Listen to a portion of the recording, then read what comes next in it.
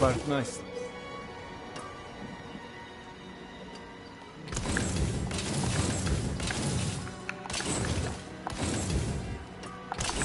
You can take what's left.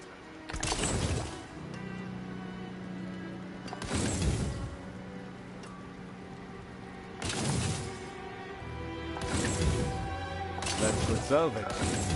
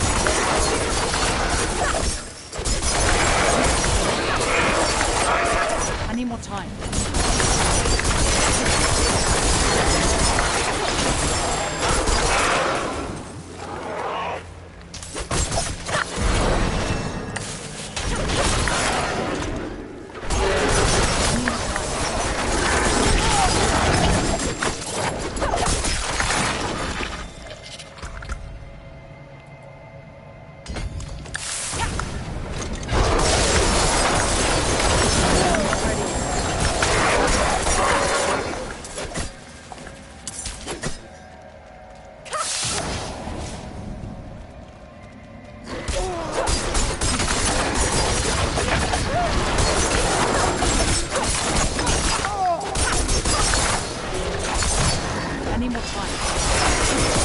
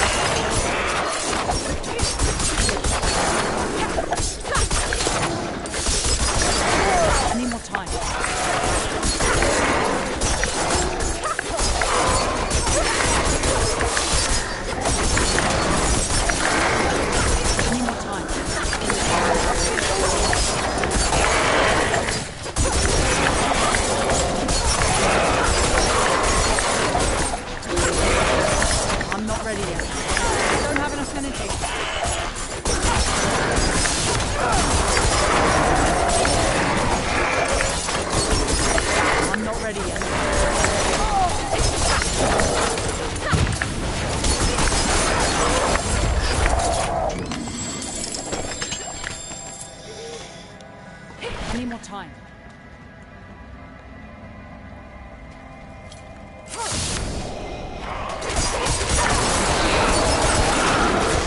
Any more time?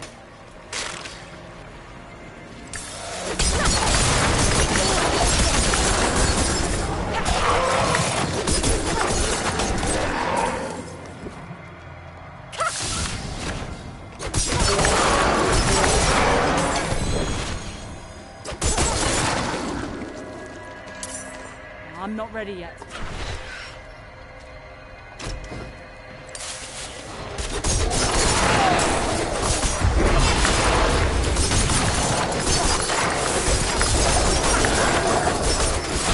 Can't carry anymore.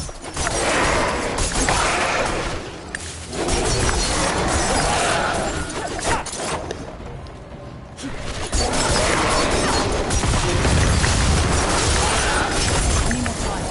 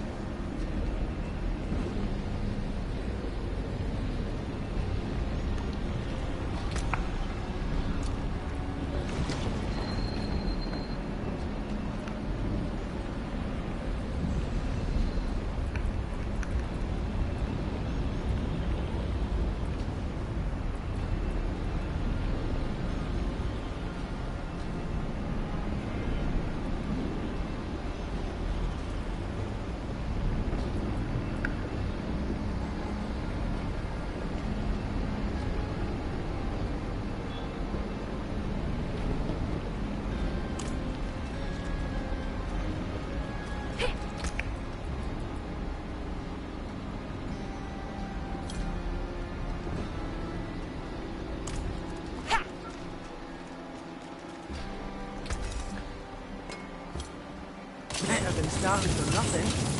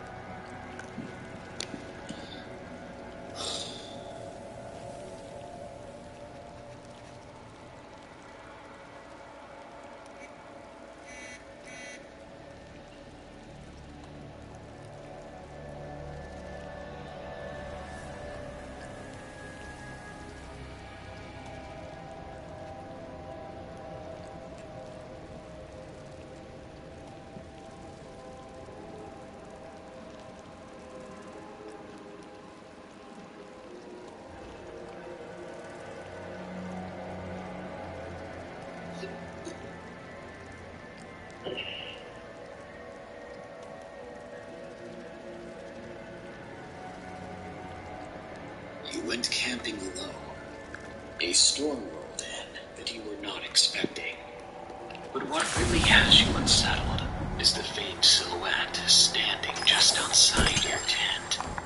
It's been there for the past hour. You've been too afraid to move. Almost too afraid to breathe. These are much of a trip of scary camping stories. Stay tuned for the message of responsibility Skylight. Remember to have your stories narrated and share them with us at darkstories.org.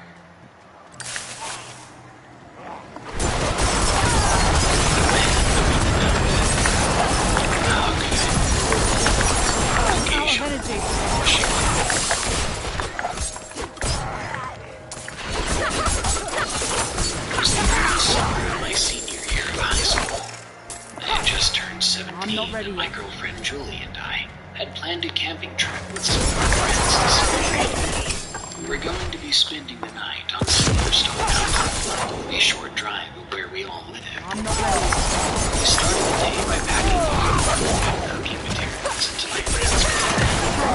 We drove with us, James, Margot, Ferris, and Sophia. They all pushed their large backpacks into the van, and we were on our way. After about an hour's drive on the highway, and another 4 or 5 minutes in a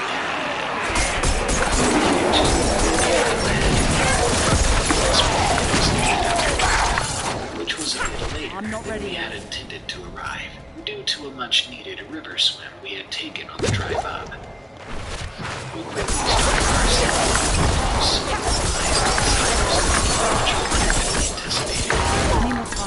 While we were all very experienced hikers, we had not prepared for how steep the trail was going to be. No matter, we pushed on. After 2 hours of straight uphill climb, we came to a juncture on the trail. After a deliberation, it was decided that I would run up one of the trails the right path. I dropped my pack and started to jog up the trail, watching my friends lead us behind me. After a few minutes, I came to the conclusion that this trail was the wrong way. It was a dead end. I had stopped at a small clearing with tall bushes looming above me. I was catching my breath when I noticed that a spot in the grass had been flattened, likely by a large deer or a goat. Just then, I heard a rustling to my right. It was the foliage of a large animal was running along the woods. After that, it was left in unnatural silence. I'm not ready back to my friends. I ran down the trail.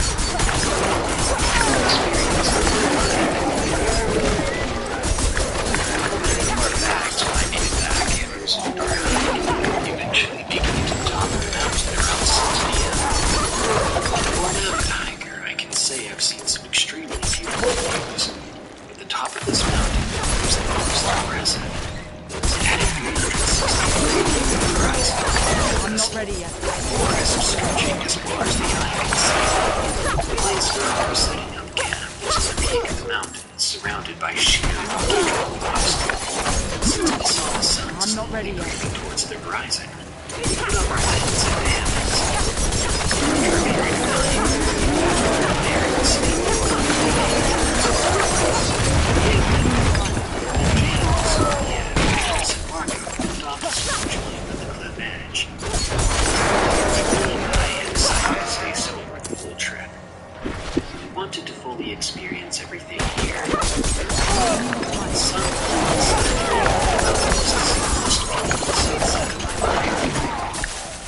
James, Sophia, Ferris, and Margot crawled into their hammocks, which were about 100 feet After a while of shivering, I'm not ready yet. I grabbed my phone.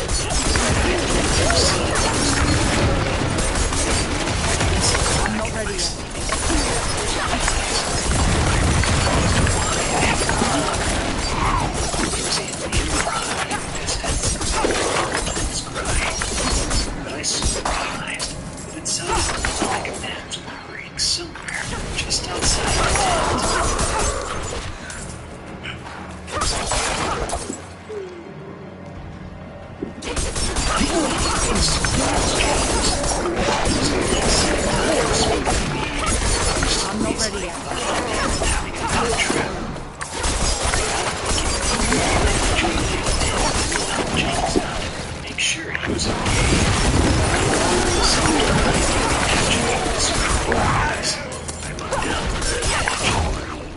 I'm not saw ready a yet. figure crouched into an outcrop.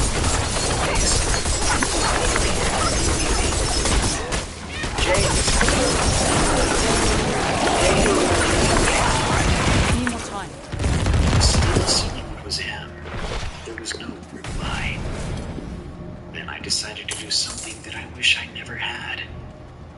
I began to descend the cliff to help him.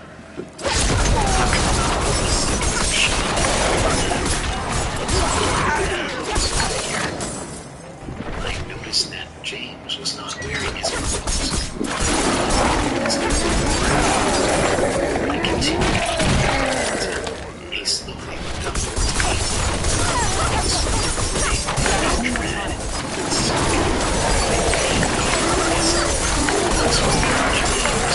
Instead, I saw a strange, skinny man curled into a ball. Tears were flowing down his face.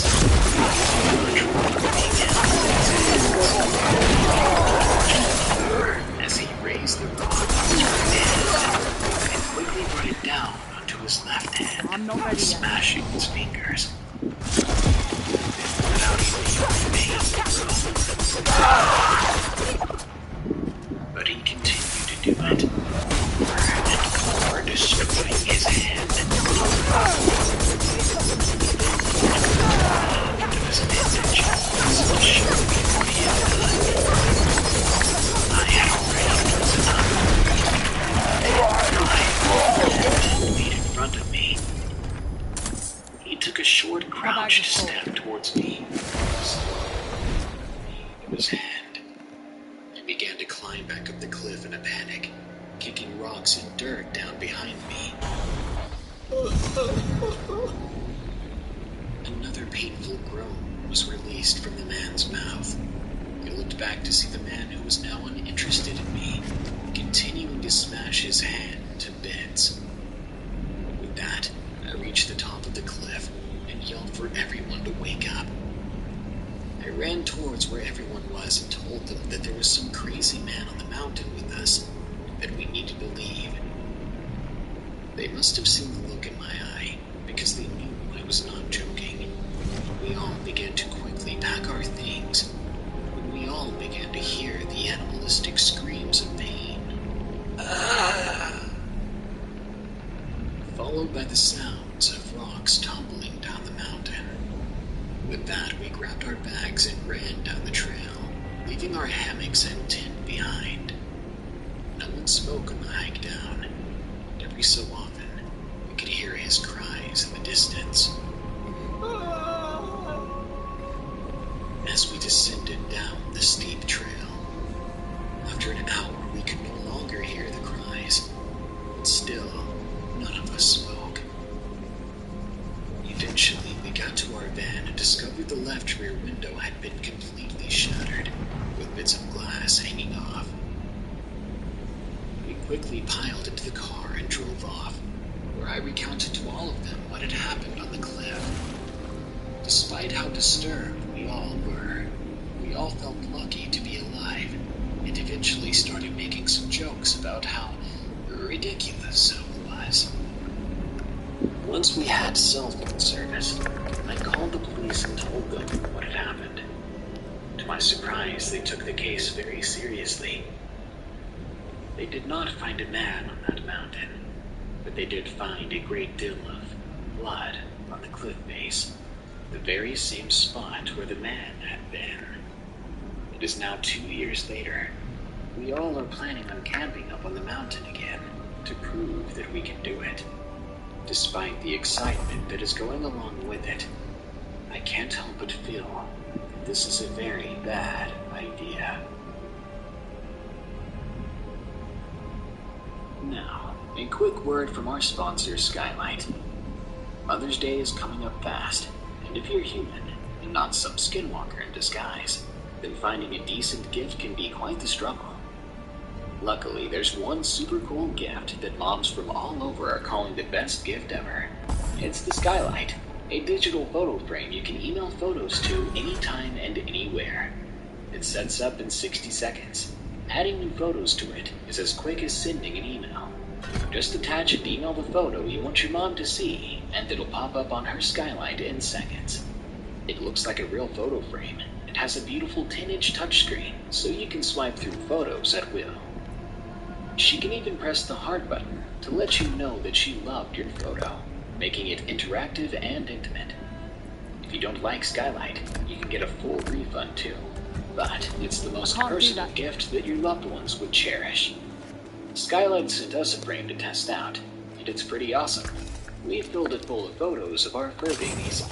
I can't wait to get one for my family, so I can send pics to my mother or my dad. I might even get one for my brother, just so I can surprise him with the most funny and unexpected photos from time to time. As a special Mother's Day offer, you can get $10 off your purchase of a Skylight frame when you text DPP to 484848. That's right. To get $10 off your purchase of a Skylight frame, just text DPP to 484848. That's DPP 484848. Thanks, Skylight.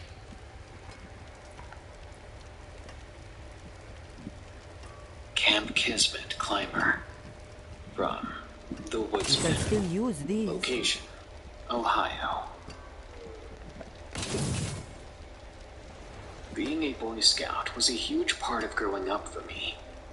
The small Ohio town I grew up in had little to do in it, aside from walk around and stare at the depressing buildings left over from the industrial past.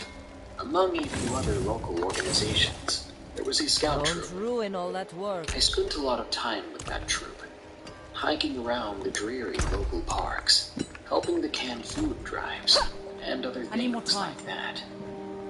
While I have troves of nostalgic tales of camping and nights spent sleeping under the bright stars of the country skies, there are a few interspersed memories of unnerving, maybe even horrifying events. A big part of being a scout is doing community service, and my case was no exception. We picked up trash around the woods, installed new park benches, you name it. We did get a certain kick out of doing stuff around the area. And hey, it beats sitting around all day and doing nothing. Most of the work the local parks had for us to do were just grunt work tasks, like having us hike out to some beat-up backwoods trail, chopping up some weeds, carrying out trash, whatever minute trail maintenance was needed when the park employees had better things to do. When I got an email from some local camp manager in late summer some years ago, requesting our assistance, I was more than happy to organize a small team to go out and help for a day or two. This job was not unlike the others. We carried in some axes and shovels and got to work on a previously closed old trail, making it look good, walkable. Then we packed it all out. But with this particular job, two things stood out. One was that none of us had ever been to or even heard of the park. This was odd.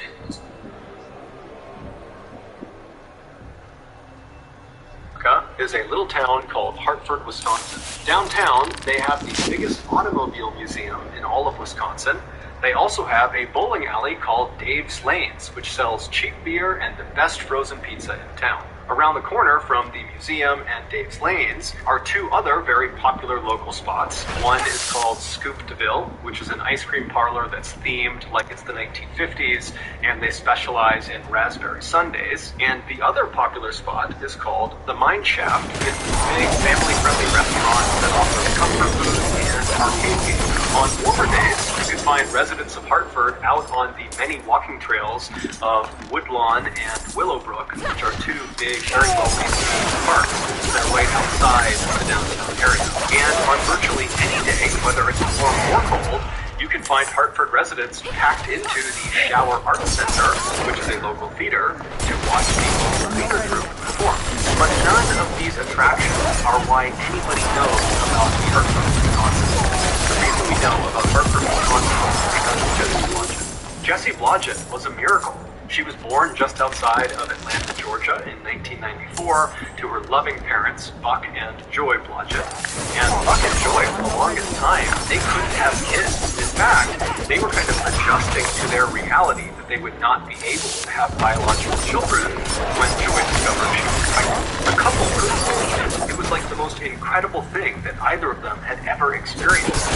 Joy would give birth to Jessie at home with no drugs, no doctors, just Buck, his mom, and midwife. And when little Jessie poked her head into the world for the first time, Buck and Joy fell instantly in love with it. Not long after Jessie's birth, the Blodgett family would leave Atlanta, Georgia, and move to Hartford, Wisconsin. And it was there, inside of their modest two-story home, about 5 minutes drive from downtown, that Jessie would grow up.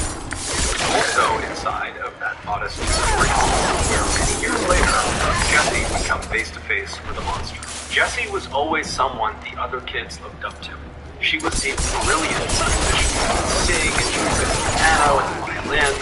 One of her very close friends growing up, a girl named Jacqueline Knight, said that whenever she was over at Jessie's house, she would walk in and have to yell at the top of her lungs just to get Jessie's attention, because Jessie was permanently playing the piano. But Jessie's musical talents were not the only reason people were attracted to her. From a young age, Jessie became outraged by bullying and unfairness of any kind. And so very quickly, she developed a very strong moral compass. She became a fierce defender of enlightenment, environmentalism, sustainability, social justice, and ultimately ending violence against women. By the time she graduated from high school in 2012, Jessie had become very popular amongst her peers and also amongst teachers and parents. Jessie just came off as wise beyond her years. Jessie always talked about wanting to change the world. And after high school, she kind of figured out how she was going to do this. She decided that she would study to become a choir director for either a university or a high school, because through that role, she would be able to teach and mentor upwards of 100 young lives every single year. So in the fall of 2012, Jessie would leave Hartford and head off to the University of Wisconsin in Milwaukee, about an hour south of Hartford, and there she would enroll in their musical education program. And during that first year at school, Jessie did so well in that program that she was offered a talent scholarship for the following year. After wrapping up her incredibly successful freshman year in college, Jessie came back to Hartford, Wisconsin to visit her parents for the summer. Now, unlike other college kids who were back home for the summer, Jessie was not treating this break like it was a vacation. Instead, she decided she would just jump right into her musical education career. And so as soon as she got home, she started her own business, teaching voice, piano, and violin to kids in Hartford. And within weeks of starting this brand new business, she had over 25 kids signed up. When Jessie wasn't teaching that summer, she was often writing music with her friend Dan Martelt, who was also a very talented local musician. Or when she wasn't doing that, she was rehearsing at the Shower Arts Center, where that summer she had auditioned for and landed a central role in that summer's musical, Flurry. Jessie was the fiddler. She was very excited. The musical opened to a packed house on Friday, July 12th at 7:30 p.m., and Jessie and the rest of her cast were incredible. And then the next night, July 13th, Saturday, they had another big performance at 7:30 as well. And then on Sunday, July 14th, they had a matinee performance at 2 p.m. After that matinee, Jessie and the rest of her castmates headed off to another cast member's house who had a pool, and they had a big pool party to celebrate the end of their opening weekend. And during this party, Jessie spent half of her time sitting around the pool with her castmates, and the other half of the time she spent petting llamas that were in a nearby pool. Jessie would finally leave the party and get back to her parents' house sometime after midnight. And when she went inside, her mother, Joy, was still awake. So when Joy heard her daughter, she came out to the front of the house, and she was getting ready to ask Jessie, after the party, when she noticed right away that something was off about Jessie. She looked upset about something. And so Joy asked her, hey, Jessie looked like she was about to maybe go into a explanation about why she was feeling, but ultimately Jessie just kind of stopped herself, and in a tone that was less upset and more just annoyed, she would tell her mom, the guys in the cast, there's these two older guys that were kind of hitting on me, and those are my friends, and I felt like they were crossing the line, and it was totally uncomfortable. And so Joy began asking follow-up questions to get a sense of how serious it was, and it just seemed like it wasn't that serious. Pretty quickly, the two women said goodnight to each other, and they both retired to their rooms. The next morning, Buck and Joy got up fairly early, around 11 a.m., and Jessie, she stayed in bed because her only commitment that day was a lesson she was teaching one of her students at around noon, from the house for that lesson. So her parents knew she was sleeping in, and so Buck and Joy, they're kind of going about their morning routine. Buck left ahead of Joy, probably around 7 or 7:30, and then at 8 a.m., Joy, right before she left the house, she brought some laundry up to Jessie's room. George is inside, Jessie sleeps, and Joy, she puts the laundry down.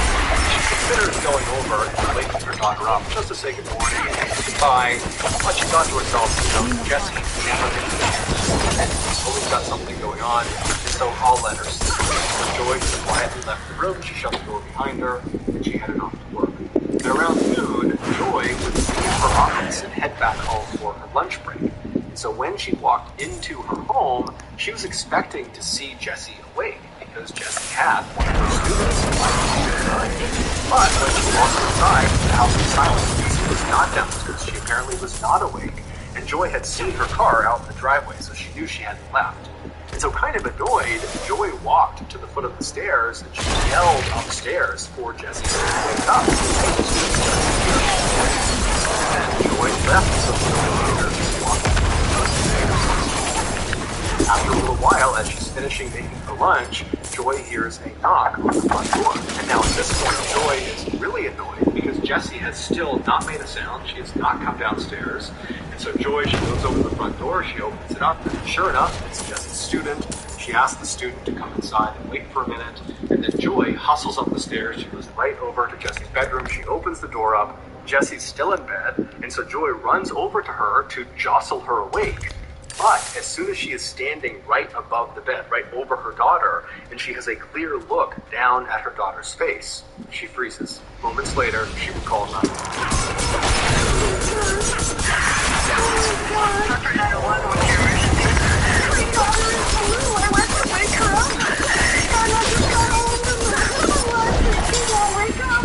Oh my God! Okay, hang on a second. Okay, so is she breathing? I don't think so, no. Her pants are all wet and she's got, it looks like strangulation marks. There are strangulation marks? That's what it looks like. I don't know what's going on. I don't know what's going on.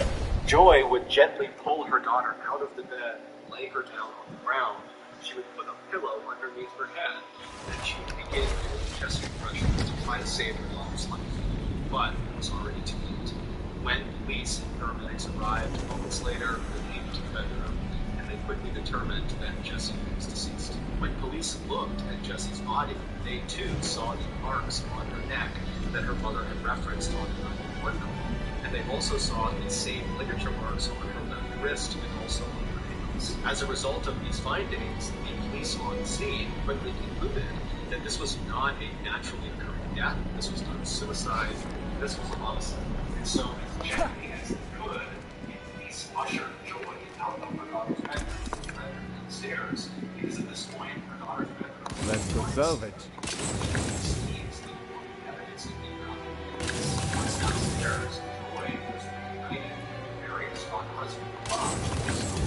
You can take what's left.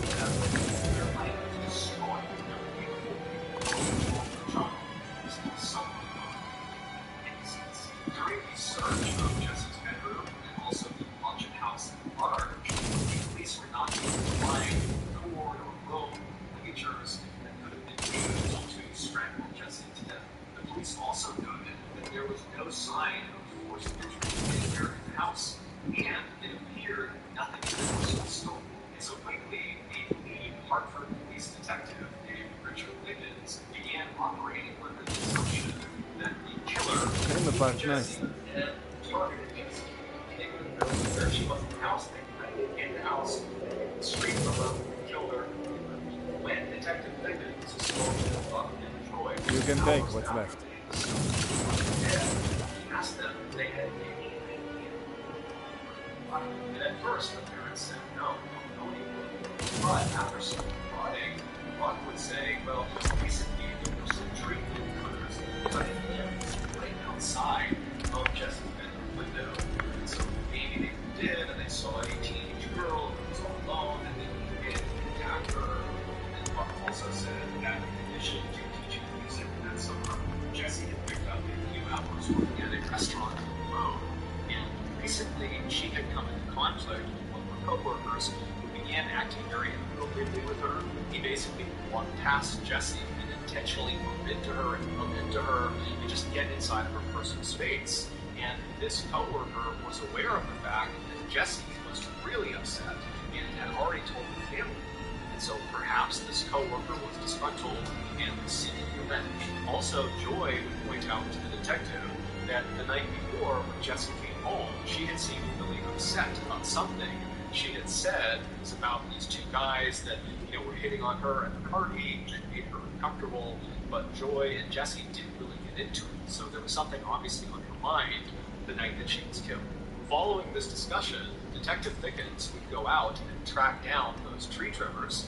He would also track down the co-worker at the restaurant, and he discovered that they had rock-solid alibis and they were ruled out as suspects. As for the two older guys, the cast members from the pool party that had made Jesse uncomfortable, Detective Thickens found them, and he very quickly ruled out one of them, but he was not able to rule out the other. His name was Randy Towner. When Detective Thickens spoke to Randy on July 15th, the day that Jesse was found, Randy would deny having anything to do with Jesse's death. When Detective Thickens asked him, where were you the night before, after the cast party, where'd you go, and then where were you this morning, and he would tell him that after the party, he went back to his apartment, and that is where he has been the entire time until right then. When Detective Thickens asked him if there was anyone that could corroborate his story, Randy said no. He was alone in his apartment the entire time. Shortly after speaking with Randy, the police were still searching Jesse's bedroom for evidence, and they discovered her diary. And her final entry in this diary only made Randy seem more suspicious. Despite downplaying the incident that Jesse had with these two older cast members at the pool party, after Jesse had spoken with her mom briefly when she got back from the party, she had gone up to her room and then made this final diary entry. And in it, she talks about being really upset about what these two guys had done to her. She said that these two guys were corrupting her and that they were taking what should be platonic love and perverting it into a competition. Her closing lines seemed to indicate that she might have been expecting some sort of future confrontation with these two guys. The lines read, "I am not helpless. I will recognize problems and confront them without fear. God be with me." Between Randy's lack of an alibi and then Jesse's kind of ominous final message that seemed to be talking about Randy quickly became the primary suspect in this murder investigation. But Randy's cell phone records indicated that he had not had any interaction, calls, text messages with Jesse leading up to her death, and around the time in the morning of July 15th when she would have been killed, Randy's cell phone was in his apartment, far away from Jesse's house. And so while this didn't definitively mean that Randy could not have killed Jesse, because he could have just left his cell phone at his apartment when he carried out the attack, what it did mean was there wasn't any real evidence to support the idea that Randy killed Jesse. So the Hartford police had to go back to the drawing board and try to find new leads to chase down. And on July 16th, just 24 hours after Jesse was discovered, the police would get a huge lead.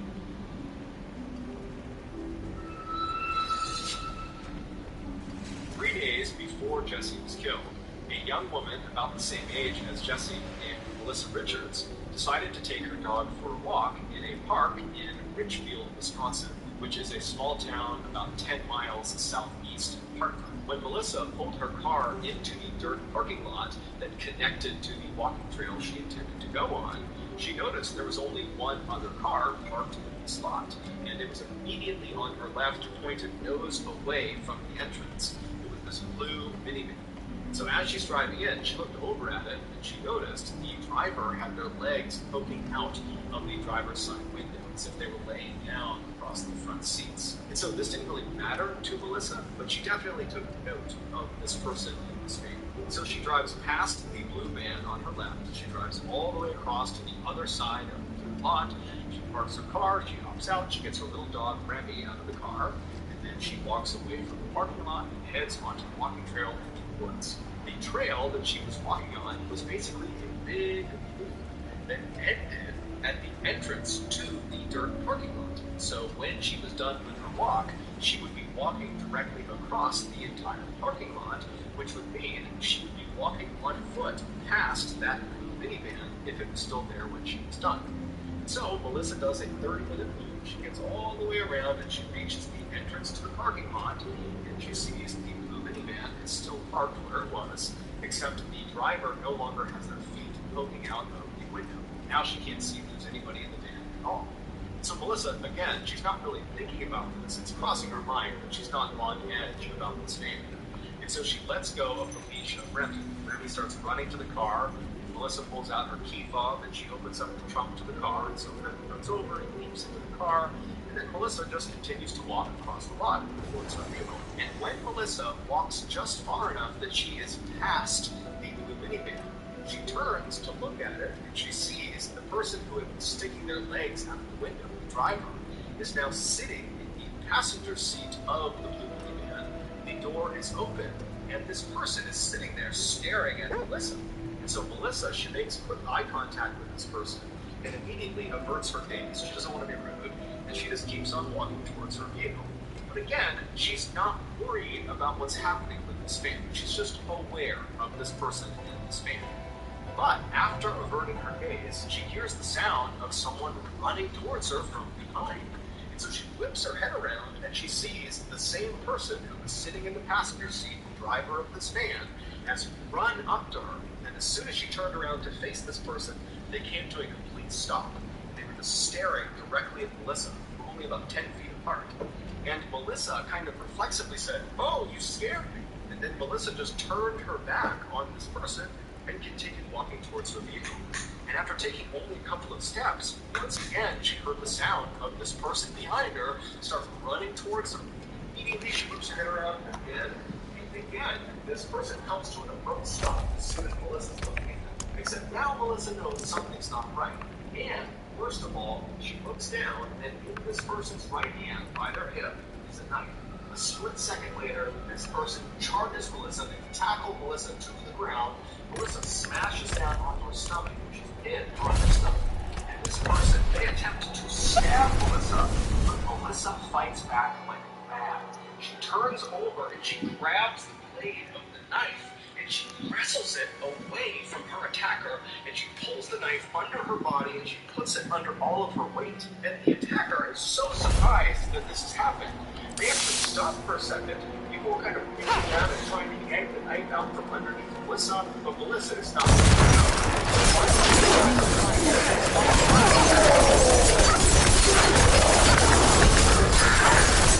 That exact moment.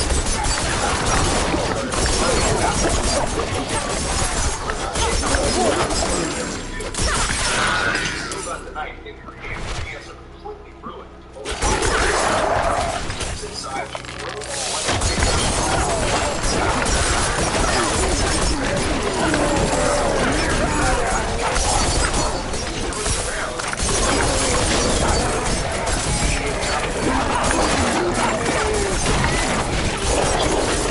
get the heck away from where she is right now. She's totally alone. So she fires up the car and she drives to the hospital.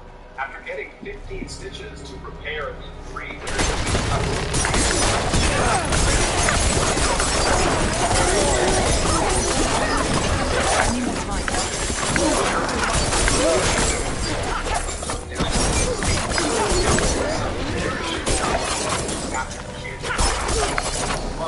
after, but despite being shaken up, of the event, she is exactly what her attacker was.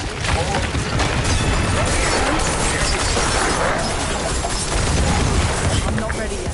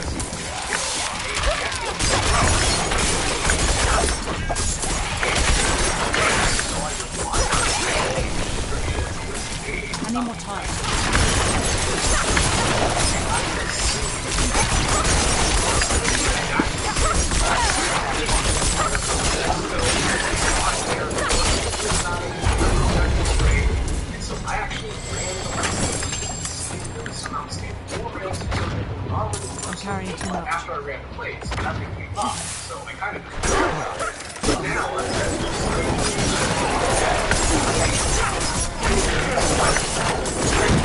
I need more time.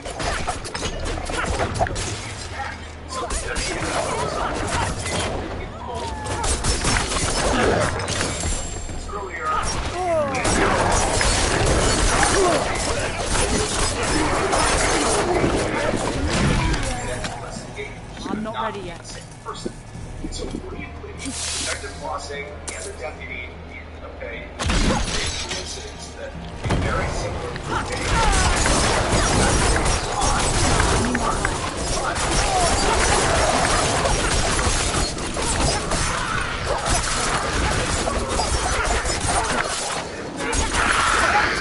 description that Melissa gave of the attacker.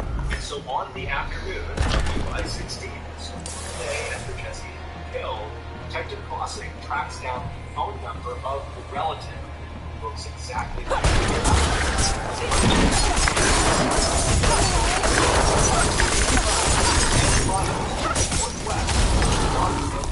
Logic for hosting a vigil for their daughter. So all of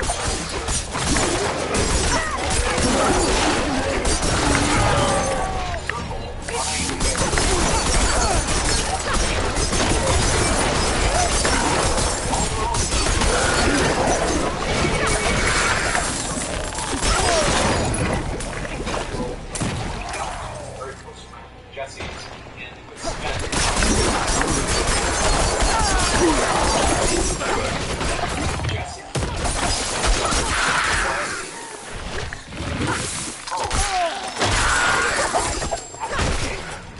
to the station.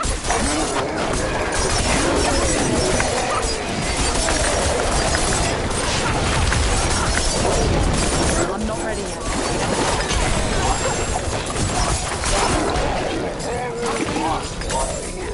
How strange it was that Daniel at the home they recently murdered a young woman where that case is unsolved, and he is now a suspect of another attack on another young woman and only a couple of miles away. And so as soon as Daniel sits down, Detective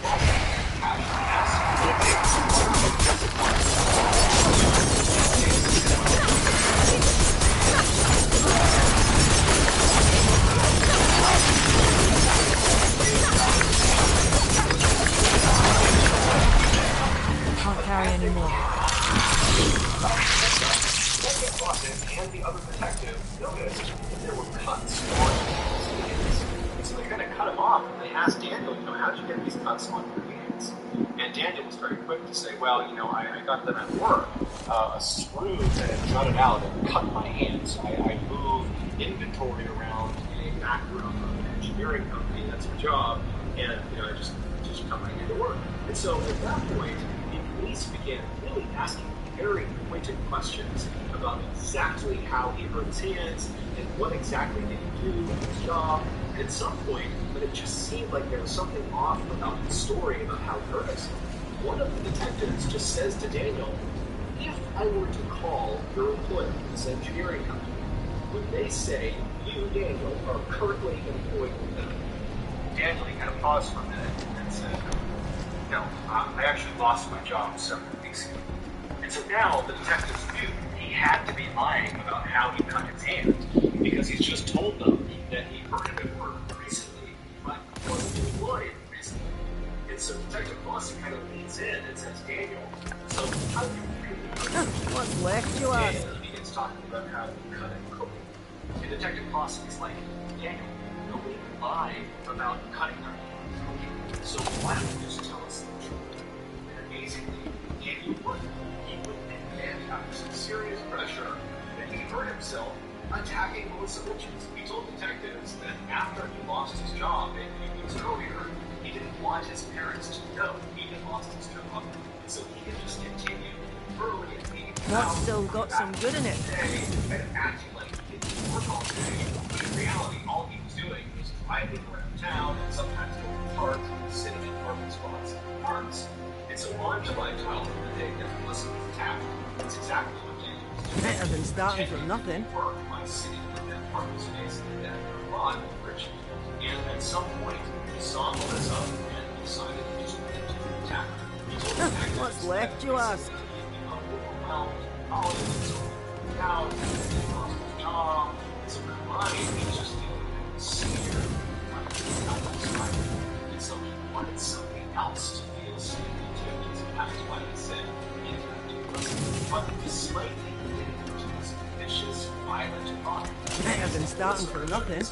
Daniel, when asked if he had any connection with Jesse's Logic murder, he would say absolutely none. I love Jesse, I would never hurt him. But when Detective Klossing reached out to Detective Pickens of the Hartford Police and told them you should look at Daniel as a potential suspect in the murder case, it would quickly come to light that Daniel was lying and Daniel was a good, loving family. He was extremely smart, straight-A student. He was an incredible musician, and he was really well-respected by his peers, by his teachers, and other instructors. I mean, this was a kid who had everything going for him. Something went wrong with Daniel. Who knows exactly what?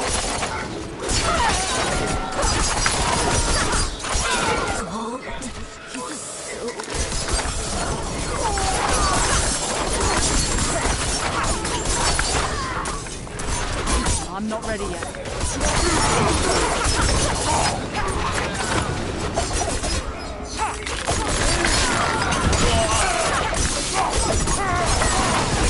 Any more time?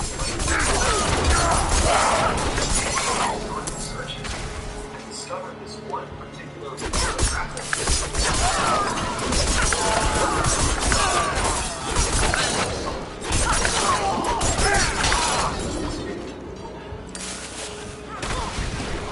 on that day.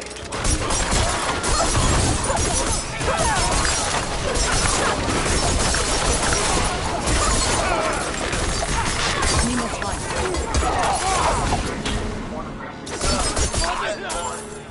And so Elsa was likely just at the wrong place, recovered in that first parking lot after Any more time?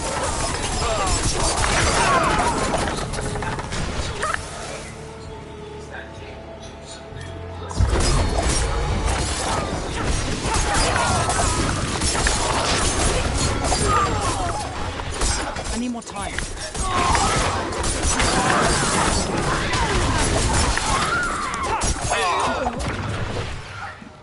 this time he was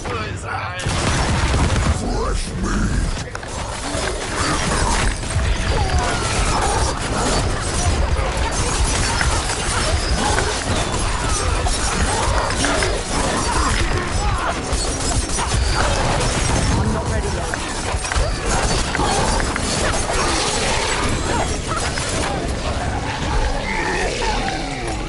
warning that just still Daniel arrived.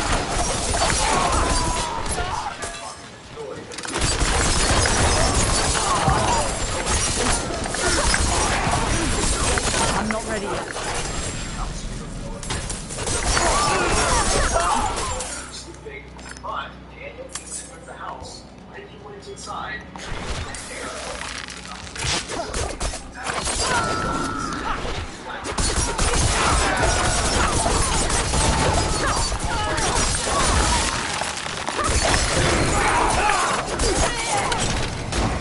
we don't know if Jesse was awake or sleeping I need more time. away.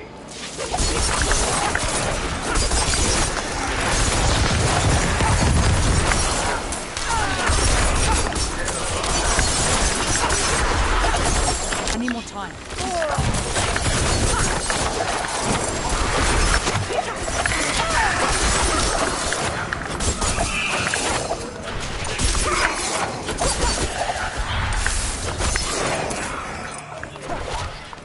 Alcohol wipes, and then after that, he kind of positioned her I need more time. that she was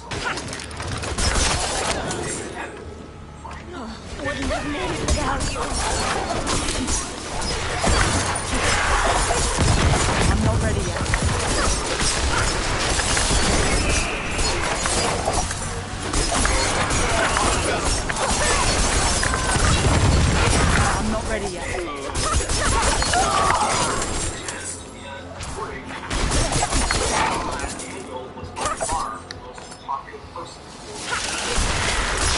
I'm not ready yet.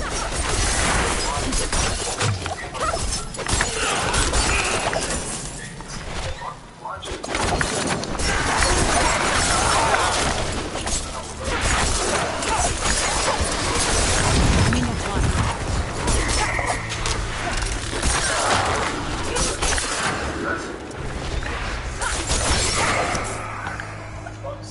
My savior! As I have been since I found no peace. And a few moments later, Buck also said to him, and not only did he but when Daniel felt his turn to stand up and say something on his behalf, he turned to face Buck and Joel.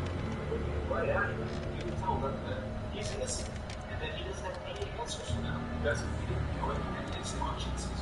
Daniel was sentenced to life in prison without the possibility of parole, and as far as we know, still denies having killed Jesse, despite being outed in this incident. In the days following Jesse's death, Buck Blodgett walked into his daughter's bedroom. He laid down in bed, looking straight up, trying to hold his breath for as long as he possibly could. And as he began to struggle, he started to imagine what it was like for his poor daughter in the final moments that she had been murdered, and just crushed him. He thought to himself that he wasn't there to let her know that she needed him.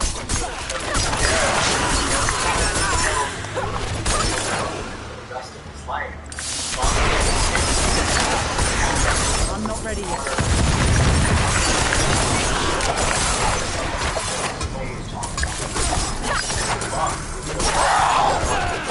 I need more time.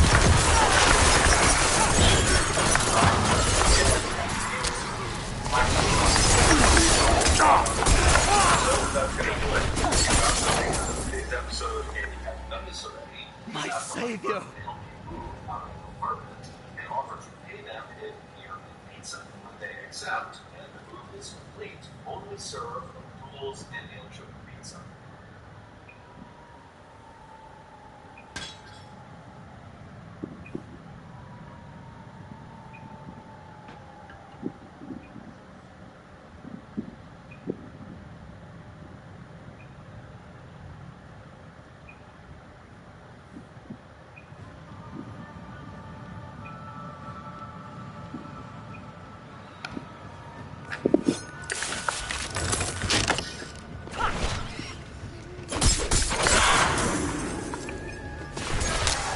I'm not ready yet.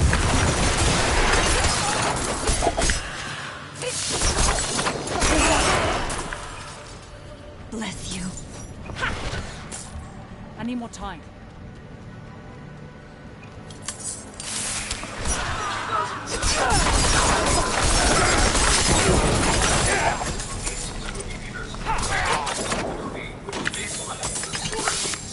I need more time. A young man named Christopher Williams. In 1990, Christopher graduated from a really good school with honors, and by all accounts, he could have gone on to get a really good, high-paying job.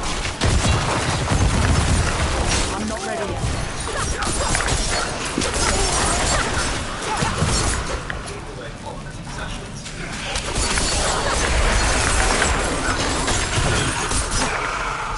Eventually, he set out to save us in the middle of the Alaskan wilderness. He would make this bus a shelter. I'm not ready yet.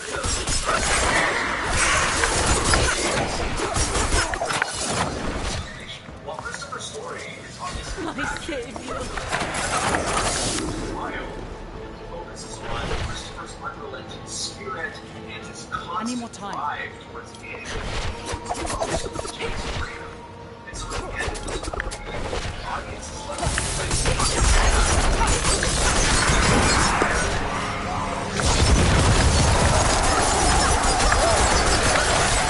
I need more time. story was an 18-year-old young man named Matt Biggins who lived in Oregon. Matt was about to graduate high school, and unlike a lot of his peers, he had no idea what he should do after graduation, whether it was get a job or go to school. But after watching Into the Wild, he had a third option, which was to head off into the wild, just like Christopher Campbell had done, except not permanently. Matt quickly fell in love with this option. He viewed it as a chance to kind of take a break from reality and go find himself. And then at the end of his stint in the wild, he could come back and, get a job or go to school. And so Matt's official Into the Wild plan was that he would graduate in 2007, and then in the spring of 2008, he would hike the entirety of the California section of the infamously rugged and beautiful Pacific Crest Trail. And he would do this all on his own. But this section of the Pacific Crest Trail that he planned on hiking was roughly 1,700 miles long. It began on the border of Mexico in Southern California and wound its way north up to the border of Oregon. The trail cut through deserts and up and over mountains, and there was lots of dangerous wildlife to contend with. And on top of that, there were many points along this trail where hikers were very isolated. They were not anywhere near civilization. And so if anything were to happen to them, they'd be on their own. And so naturally, this hike was not a beginner hike. However, Matt was not a beginner hiker. He had grown up hiking and camping all over Oregon and the western United States. He'd spent time in totally well-marked and safe areas, and he'd also spent time hiking around very dangerous and isolated areas where there were cougars and bears and unmarked cliffs everywhere. And so Matt felt like, with his experience in the outdoors, he was perfectly suited to take on this big of an adventure. And in many ways, that was true.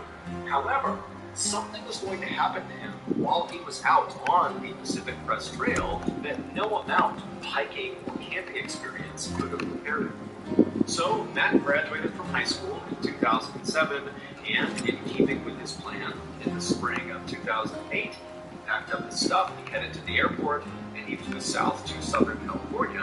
When he got there, he made his way all the way south to the border of Mexico, and there he picked up the start of the Pacific Crest Trail, and he began heading north.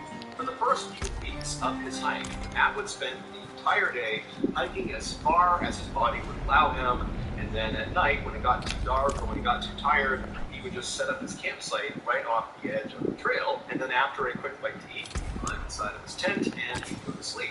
And the next day, he'd get up early and he'd do it all over again. During those first few weeks, the only real adversity that Matt ever faced, beyond just kind of normal fatigue from long-distance hiking, was at one point he got a little dehydrated, and another time he almost stepped on a rattlesnake. So besides those two things, really the hike had actually been fairly routine by Matt's standards. But when he reached the Lassen National Forest, which is a very dense forest in Northern California, located about 150 miles from the end of his hike, so the border of Oregon, when he got there, this hike of his would become anything but routine. Not long after stepping foot in Lassen Forest, Matt found himself walking along this winding dirt path where the trees on both sides of this path were pressed tightly up against the edges of this trail, and because of how densely packed the trees were together, it was almost like he had these walls on either side of him that extended 100 feet into the air. And so it was very quiet, it was very dark as he was walking along, but Matt was enjoying it. All he could hear was the chirping of birds and insects buzzing around him. It was peaceful. And so Matt's just kind of meandering his way through the forest. He's in no rush. And at some point, the trail he was on banked hard to the right. So he makes this turn, and as he does, he looks up, and what he sees kind of startles him. About 20 feet away from him, off to the right side of the trail, is this big boulder, and sitting on this boulder are two middle-aged people, a man and a woman. They were both dressed head to toe in white. They both looked very dirty and disheveled. The man had this big, left beard, and both of them were just staring with daggers at Matt. So Matt felt awkward and he immediately looked down as he continued walking towards them. But as he got within a few feet, he looked up and kind of awkwardly smiled at them and waved and said hi, and they didn't respond. They just continued to stare at him with no discernible expression on their face, and they watched him as he walked right past them. So after Matt walked past these two people in white, he felt really uncomfortable because he knew they were still definitely staring at him as he walked away, and he didn't want to turn around and meet their eye contact. So he's just kind of walking away, feeling that uncomfortable feeling of someone staring at him, and he's thinking to himself, why didn't they at least wave or acknowledge him in some way? Especially considering the fact that on the Pacific Crest Trail, people go days without seeing other people. Matt, in fact, had not not seen another person in days until he saw these two. And so he's thinking, how rude is that to just completely not react when